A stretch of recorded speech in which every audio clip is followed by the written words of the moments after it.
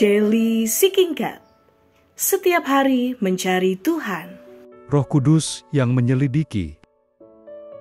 Korintus 2 ayat 10, karena kepada kita, Allah telah menyatakannya oleh Roh, sebab Roh menyelidiki segala sesuatu, bahkan hal-hal yang tersembunyi dalam diri Allah. Ada seorang misionaris muda bernama Jim Elliot yang dipanggil melayani suku terpencil di Ekuador pada tahun 1950-an. Banyak orang menganggap keputusannya gila karena daerah itu berbahaya dan belum pernah dijangkau Injil. Namun, Jim merasa Roh Kudus meneguhkan panggilan itu di hatinya. Ia terus berdoa dan menantikan waktu Tuhan.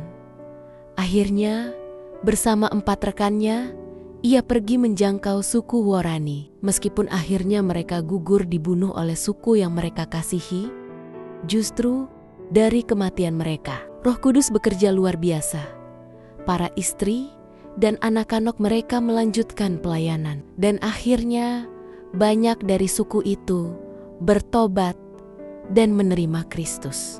Kisah Jim Elliot menunjukkan bahwa tuntunan Roh Kudus seringkali tidak dimengerti manusia, tetapi selalu menghasilkan buah kekal bagi kemuliaan Allah.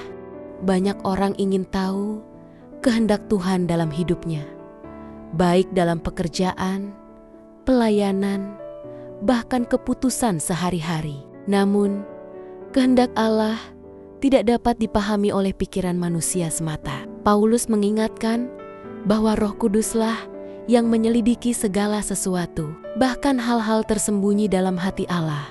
Artinya, jika kita hidup dipimpin oleh Roh, kita dapat mengenal jalan Tuhan dengan lebih jelas. Roh Kudus bukan hanya sekadar suara hati, tetapi pribadi Allah sendiri yang hadir untuk menuntun, mengajar, dan mengingatkan kita akan kebenaran. Ketika kita belajar peka terhadap suaranya, melalui doa, firman, dan ketaatan, maka arah hidup kita akan dibentuk sesuai dengan kehendak Allah, bukan sekadar logika manusia. Roh Kudus bukan membawa kita kepada kenyamanan, melainkan kepada ketaatan yang menghasilkan kekudusan dan tujuan ilahi.